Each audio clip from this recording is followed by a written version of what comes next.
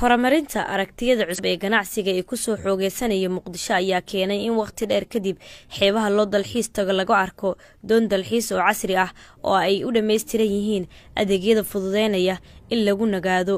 waxaa jira doono yaryar oo ka shaqeynaya xeeliga xeebta kuwaasi oo dadka qaada badweyntan ugu geeya doonta dalxiis. waa shaqo abuur laba dhinac ah, mar waxaa ka macaasha dhalinyarada doomaha yaryar wata, marna waxa ay shaqo abuur u noqotay kuwa doonta ka shaqeeya. Cabduqaadir Maxamed Ibraahim waa milkiilaha doonta, waxa uu ka sheekeynayaa sida ay ugu dhalatay in xilligan loo baahan yahay doon dalxiis oo casri ah. waxa uuna aragtidan ka soo maanguuriyay doomaha dalxiiska ee caalamka. waxa uu tilmaamay macaamiisha doonta inay aad u soo badanayaan waqtiyadii dambe. marka waxaan arkay baahi ka jirto liido sida doomanka yararka dadka qaataan oo meel dhow gaaraan ka soo noqdaan. waxaan ku fikirnay aniga oo fikirka igu dhaliyay asxaabteeda ay ka mid yihiin Aamino, Maxamed iyo Nuur oo Dubai joogo, oo arrintan anagana u dabagalnay inaan sidaan u asaasi lahayn aan u sameyn lahayn doon kaafi karta baahida dadka inay si dalxiis u raacaan oo maqaayad ah oo muddo saacado badda ku maqnaa karto.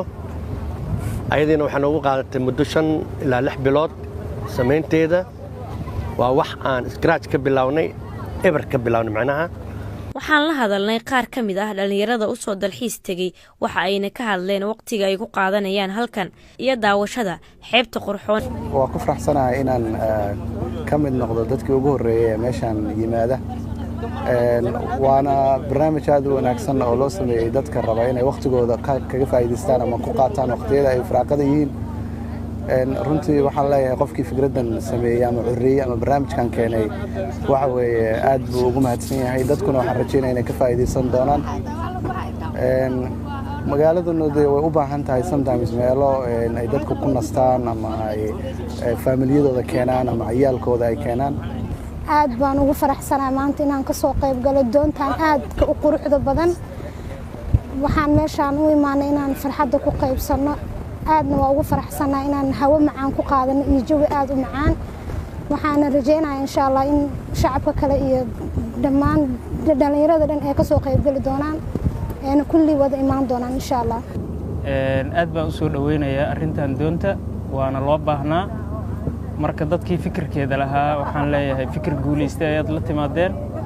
waana ku faraxsanahay inaan qabowgan iyo farxaddan aan ku qaadanayno badda dhexdeeda oo kafeegii, shaahii, cabitaanadii, keegii, wax kasta meeshaan aad ka helaysid, waqti badan aad ku qaadanaysid.